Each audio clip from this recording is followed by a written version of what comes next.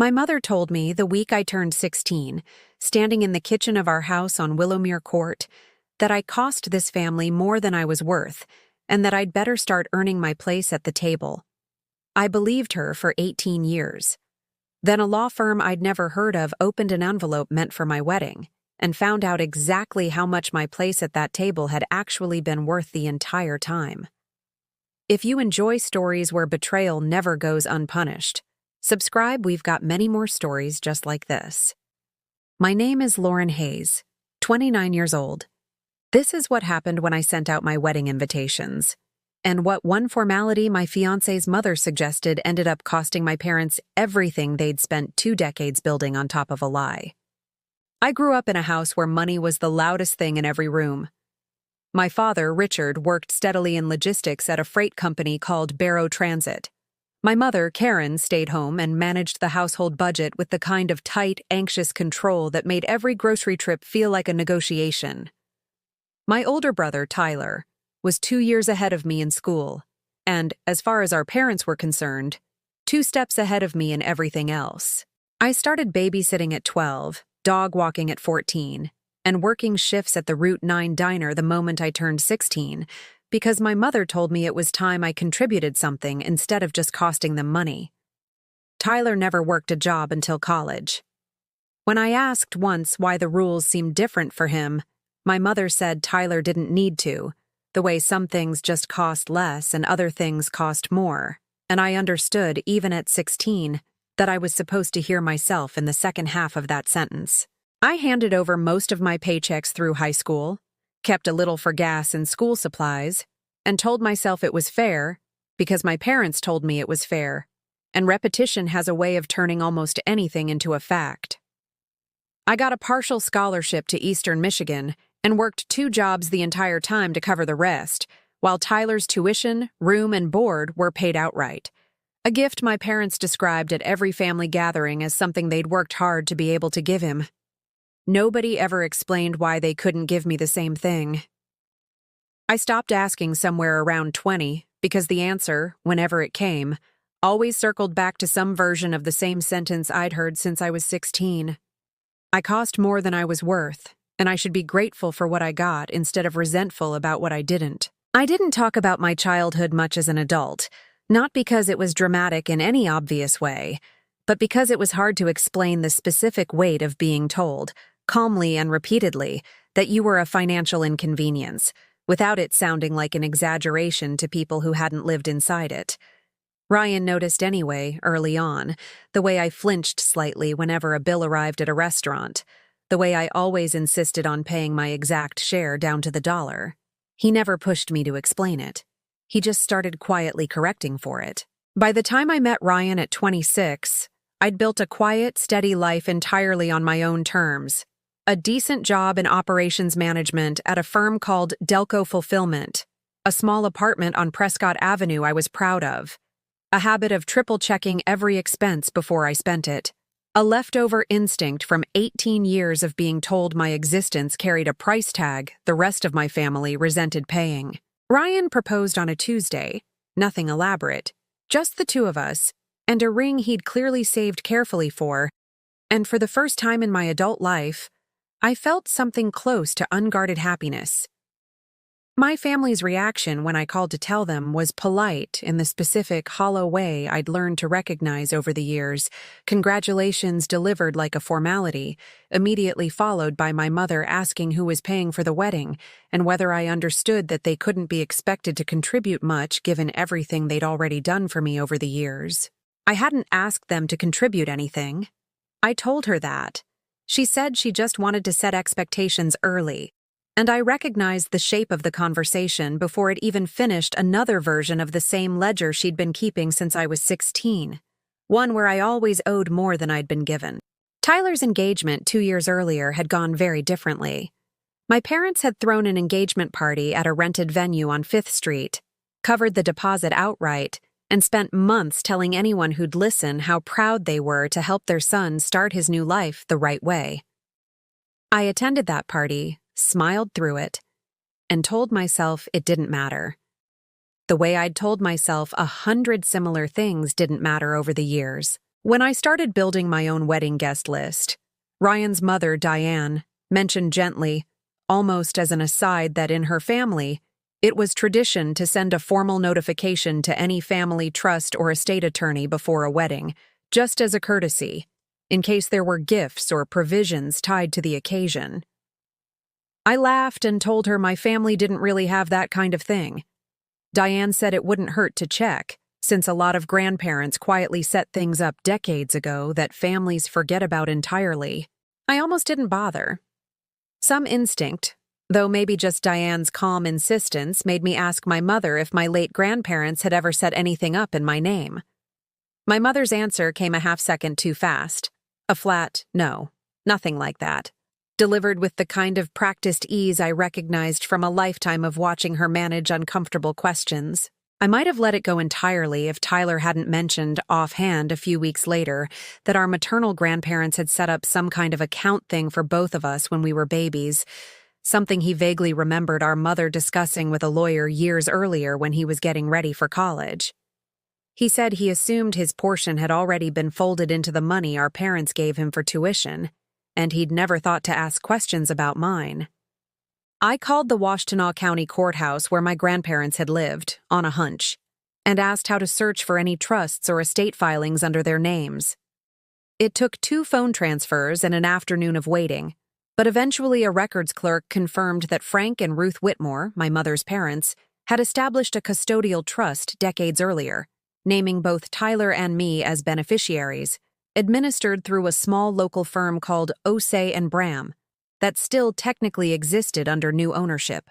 I called the firm directly, gave my name, and the paralegal who answered went quiet for a moment before saying she'd need to pull the physical file, since it predated most of their digital records. She called back 2 days later and asked if I could come in person, along with identification confirming who I was. I sat in that lobby for 20 minutes before my appointment, running through 18 years of "you cost too much, and you should be grateful for what you got," trying to reconcile that with the idea that somewhere, quietly, an account with my name on it had existed the entire time. The attorney who met with me, a calm, unhurried woman named Grace Kim, laid a thin folder on the table between us before she said anything else. "Your grandparents set up equal trusts for you and your brother when you were both infants," she said. "Your parents have served as co-trustees since your grandparents passed. The trust was structured to release fully to each of you upon marriage, per your grandparents' specific instructions." She paused before continuing. "Your brother's trust was fully disbursed to him 6 years ago, around the time he started college, consistent with a reasonable expenses provision in the trust language. Yours has had significant withdrawals as well over the years, but the balance remaining doesn't match what should still be there, given the contributions your grandparents made and the growth this account should have seen." I asked her to say that again, slower. She repeated it patiently, then slid the folder an inch closer to me, as if to say the rest of the answer was in the paper, not in anything she could soften by saying it more gently. Grace walked me through the file page by page, and each page rearranged another year of my childhood into something I hadn't understood at the time. There were annual account statements going back to when I was a baby, showing steady, modest growth for the first several years right up until the point I turned 12, the same year I started babysitting because my mother told me it was time I contributed something. From that point forward, the withdrawals began, small at first, described in the trustee notes as educational and developmental expenses for beneficiary, growing larger and more frequent through my teenage years, right through the exact period my mother had been telling me at every turn that I cost more than I was worth. There were years looking back through it where I remembered specific arguments about money that suddenly made a different kind of sense, a fight over new school shoes the same month a withdrawal appeared for seasonal necessities, a tense conversation about whether I could join the school trip to Lansing the same season a note in the file listed educational enrichment as the withdrawal reason, despite my mother telling me at the time that the trip simply wasn't in the budget and I'd have to sit it out while most of my friends went. There was a withdrawal the same month I started my diner job at 16, described only as family expense allocation. There was another, larger withdrawal the year I started college, filed as tuition assistance for beneficiary, despite the fact that I'd taken out student loans and worked 2 jobs that same year, because my parents told me there was nothing left to help with mine. There was a note, handwritten by an earlier attorney at the firm, dated the year I turned 18, flagging that the trust's growth rate had fallen noticeably below projection and recommending a formal review, a review that, according to the file, had never actually been completed. Apparently closed out administratively when my mother provided a letter explaining the withdrawals as necessary support for a child with ongoing financial needs beyond her brother's. I asked Grace what that meant, exactly. She said the letter didn't specify anything medical, just a general characterization of me as a financially demanding child who required more support than my brother, significant enough to justify the withdrawal pattern without triggering closer scrutiny at the time. Grace pulled one more document from the back of the folder, a short note in my grandmother's handwriting, attached to the original trust paperwork that the firm had kept on file but apparently never shared with anyone beyond the original signing. It read, simply, "For Lauren, so she never has to feel like she's asking for too much. Love, Grandma Ruth." I read it 3 times before I could set it down. I called my mother that evening and asked her directly why the trust records showed withdrawals characterized as covering my ongoing financial needs, when she'd spent 18 years telling me I cost the family too much instead of ever mentioning an account that existed specifically to cover exactly that. The silence on the other end of the line lasted long enough that I almost thought the call had dropped. "You don't understand how expensive it was raising 2 kids," she finally said.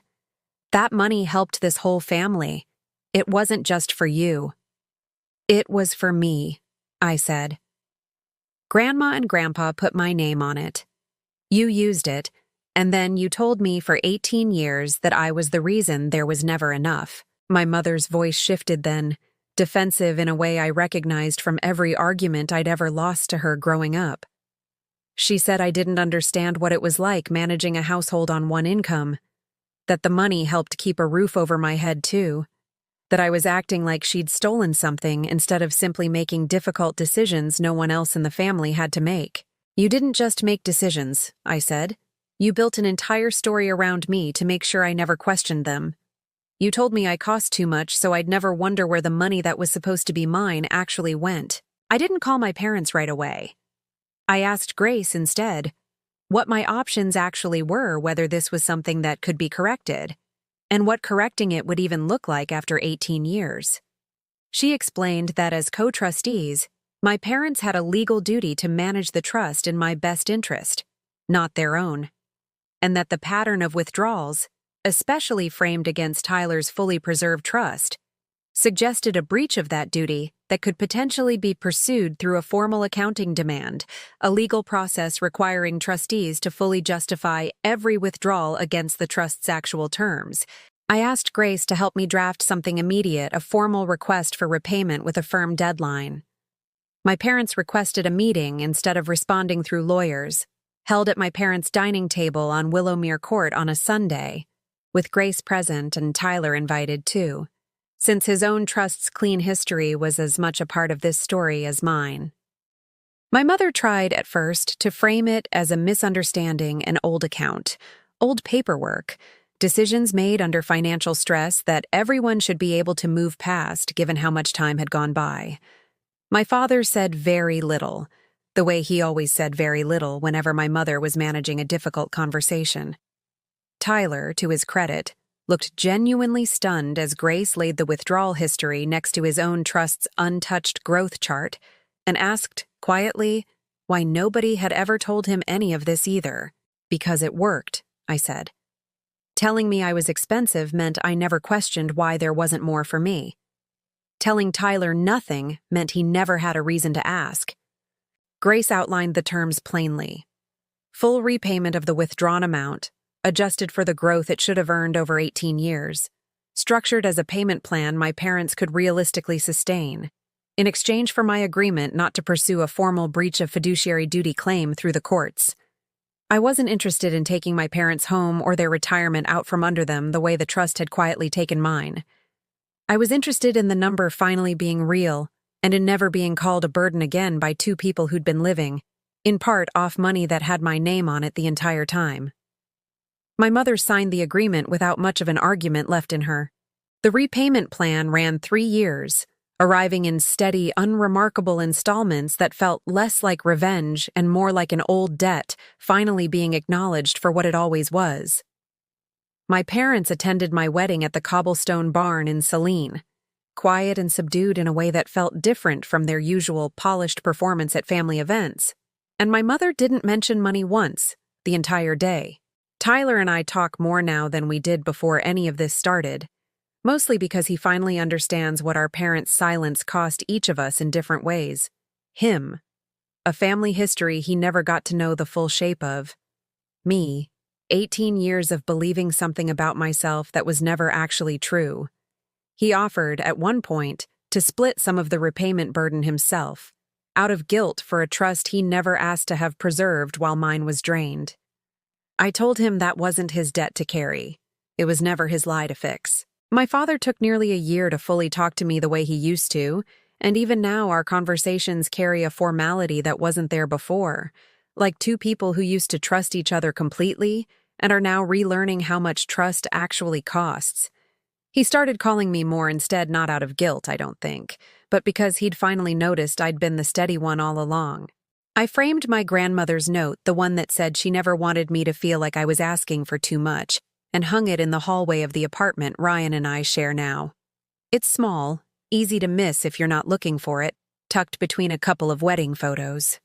I like it there anyway. Some days it's the only thing in that hallway that reminds me the 18 years weren't actually about who I was.